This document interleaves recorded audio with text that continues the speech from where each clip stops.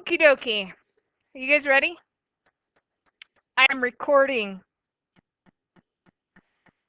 It should only hear me. It won't pick up you guys through my mic, but it's still helpful. Okay, so you probably have learned about functions before, right? So our objectives here are to understand whether a relation is a function, use the vertical line test, find the domain and range, input and output values, domain from the equation of a function.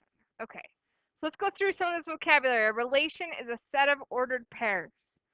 So anytime we can link one list of things to another list of things, that's a relation. Sometimes we do that with lists or tables. Sometimes we do that with a graph. Sometimes we do that with an equation. But all of those things, graph, table, or equation, connect one set of things or one set of numbers to another set of numbers. So that's a relation. The domain is the first component. So we usually call that the x value, right? The number we plug in is x, the input, or the independent variable. And we graph that horizontally on a graph, usually. So range is the y value, the dependent variable, the output, the one that we graph vertically. Okay? So to designate a relation from a function from a relation is a relation, right? It's a relation. But it's a very specific type of relation in which two ordered pairs with the same first component also have the same second component. So, in other words, can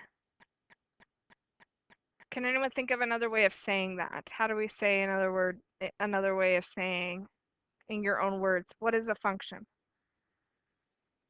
I know one thing that we sometimes will talk about in recognizing what a function is noticing that none of the x values repeat. Do you remember that? Where you look and see if the x values repeat? We'll see some examples in just a second here. So if you have an x value, you're always going to get the same y value for that x value. You're never going to say, here's this input value. Let's see if we can get a different output value. Let me give you a couple of examples that I like to use. So, people and their birthdays. So if we have a list of people and a list of their birthdays, we could call that a relation, right? Because we're relating the list of people to their birthdays. So everybody has a very specific birthday. Like if I say, what's my birthday? It's the same every time. My birthday is January 11th, and that's never going to change. So are there other people that have a birthday on January 11th? Yeah, there are other people that have a birthday on January 11th, but I'm never going to have a different birthday than that. So that is a function. Even though there's other people with a birthday on January 11th, that's okay. What matters is that birthday is always my birthday. So yes, that's a function. If for some reason one time my birthday was one thing and my birthday changed to another thing, that would not be a function. So for example, let's say we have a list of people and their phone numbers. I don't know how many people have home phones anymore, but some of you probably have work phone numbers. So if I have a list of people and any phone numbers they can be reached at, how many phone numbers would each person have? However many, right? They might have 0, they might have 1, they might have 2, they might have 3. Is that a function?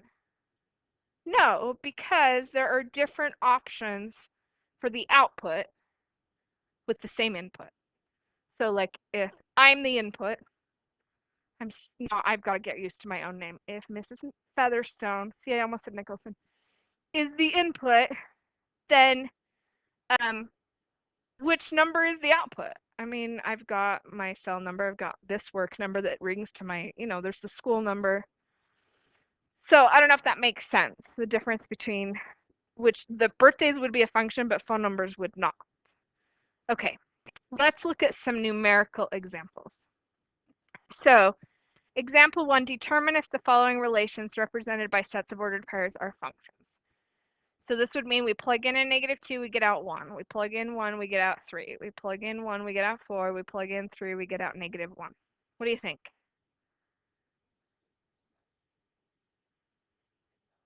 Okay, so if you're saying no, what's your reasons? Give me the reason it's not. Okay, yeah, we plug in 1, and one time we get out a 3, and another time that we plug in 1, we get out a 4. That is not a function. To get out two different y values for the same x value is not a function. You remember this from previous classes, yes? Cool. All right, what about this one? Yes, it is, because every x value has its own y value, and it doesn't like end up being a different y value twice for the same x value. Okay, any questions on this stuff so far? Don't worry, this class is not always this easy. Okay, for those that are functions, we say that y is a function of x. I think I duplicated part of, do you have the same stuff on your paper, right? I did give you the right stuff. Okay. All right, so we're on to example 2. Example 2, determine if the following relations expressed as equations are functions. Okay, so now we have to think a little harder. If I plug in an x value and I work out this answer, am I always going to get the same y value? So let's say we plug in, I'm going to use function notation. Let's plug in 2. So that would be 5 times 2 minus 2, and that would be 10 minus 2, which is 8. That's a lunch belt, not a cleanup belt or an end of class belt. Okay. So then what if I plugged in 2 again? Would I get a different number? No, I'm always going to get 8. So anytime I plug in 2, I'm going to get 8. That's going to happen for any number I plug into this, right? So this one is a function.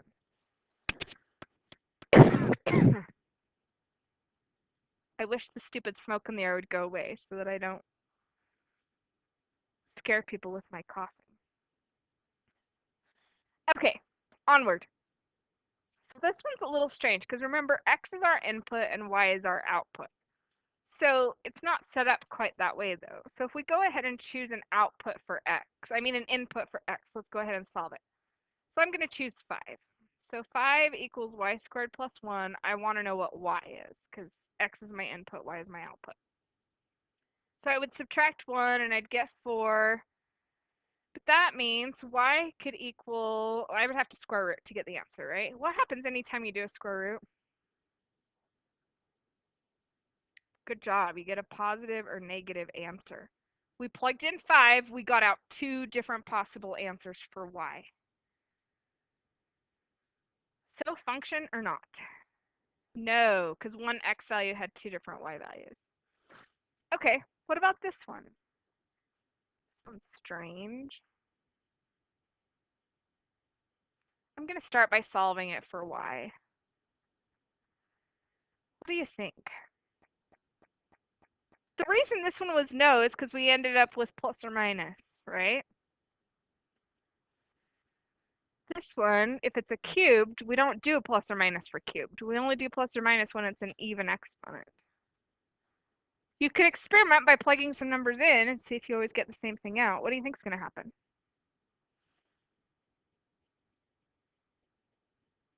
This one should be yes.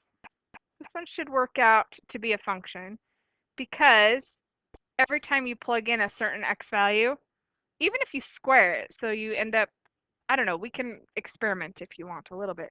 We might end up plugging in, like if we plugged in a 2 and a negative 2, we would get the same y value twice. But remember how we said it's okay if we have the same birthday? That's still a function. It's okay if we plug in 2 different x values and get the same y value. It's just not okay to plug in the same x value twice and get different y values. That's not going to happen though, because we're not going to do a plus or minus on this one. Does that make sense? Any questions on that one? It's a little weird. Okay,